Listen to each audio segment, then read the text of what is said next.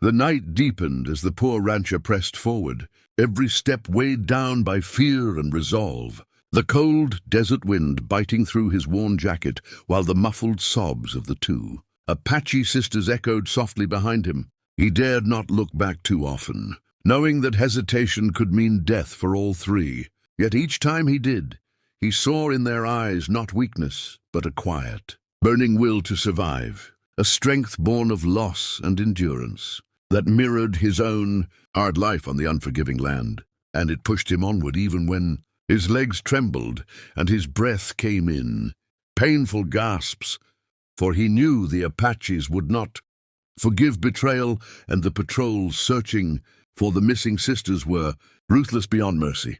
He remembered the first moment he had seen them, cornered near the dry ravine, clothes torn, faces streaked with dust and blood, and how every instinct had screamed at him to turn away, to protect only himself. Yet something deeper, something human and unyielding, had forced him to act, to hide them beneath his wagon canvas and lie through clenched teeth when armed riders questioned him. A lie that could have ended with a bullet through his skull, and now that choice had sealed his fate.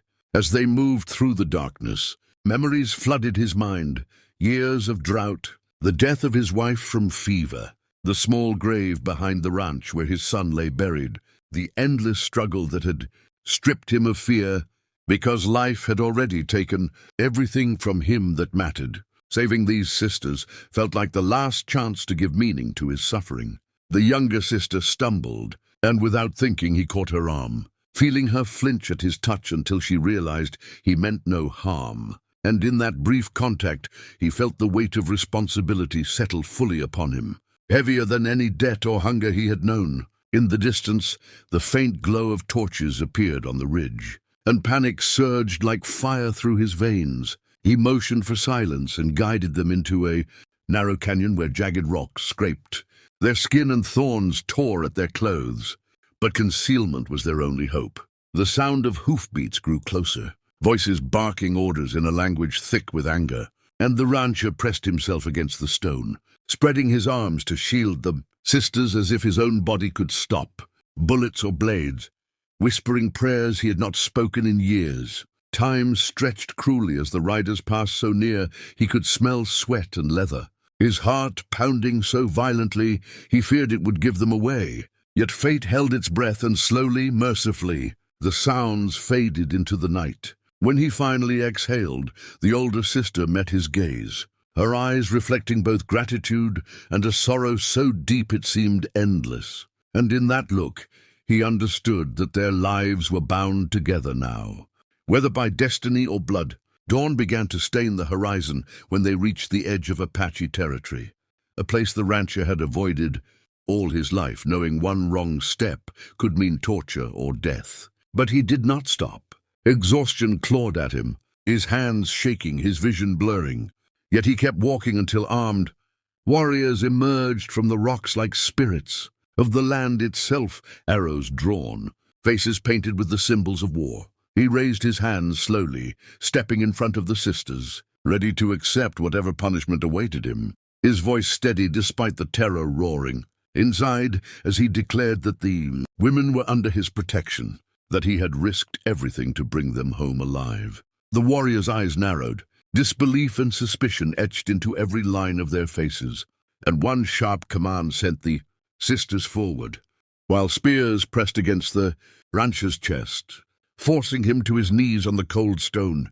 As the sun rose fully, revealing his worn face and hollow eyes, murmurs rippled through the gathered Apaches. Some called for his immediate death, others watched in silence, curious why a broken white rancher would dare defy their warriors for two Apache women.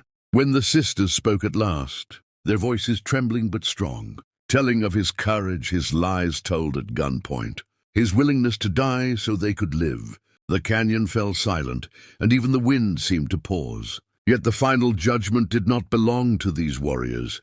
It belonged to their chief, a man known for wisdom as much as for vengeance, and word was sent for him to come.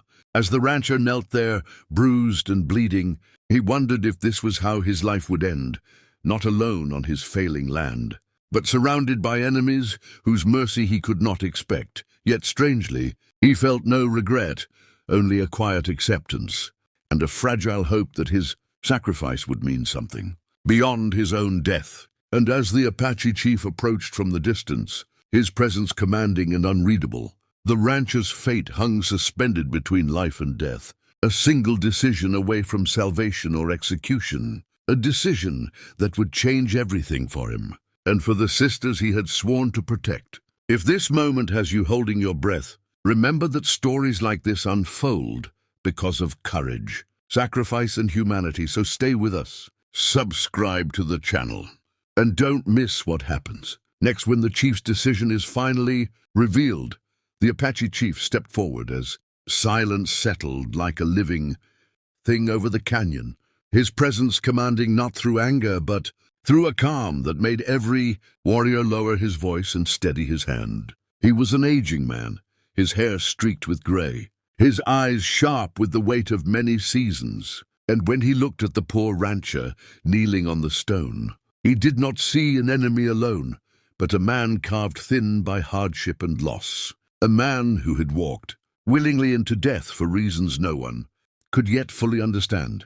The sisters were brought before him, and one by one they spoke again, this time in deeper detail, telling of the patrol that had slaughtered their escort, of the rancher's chance encounter, of the moment he could have abandoned them, but instead chose to hide them, feed them his last bread, and guide them through the night while danger hunted from every direction.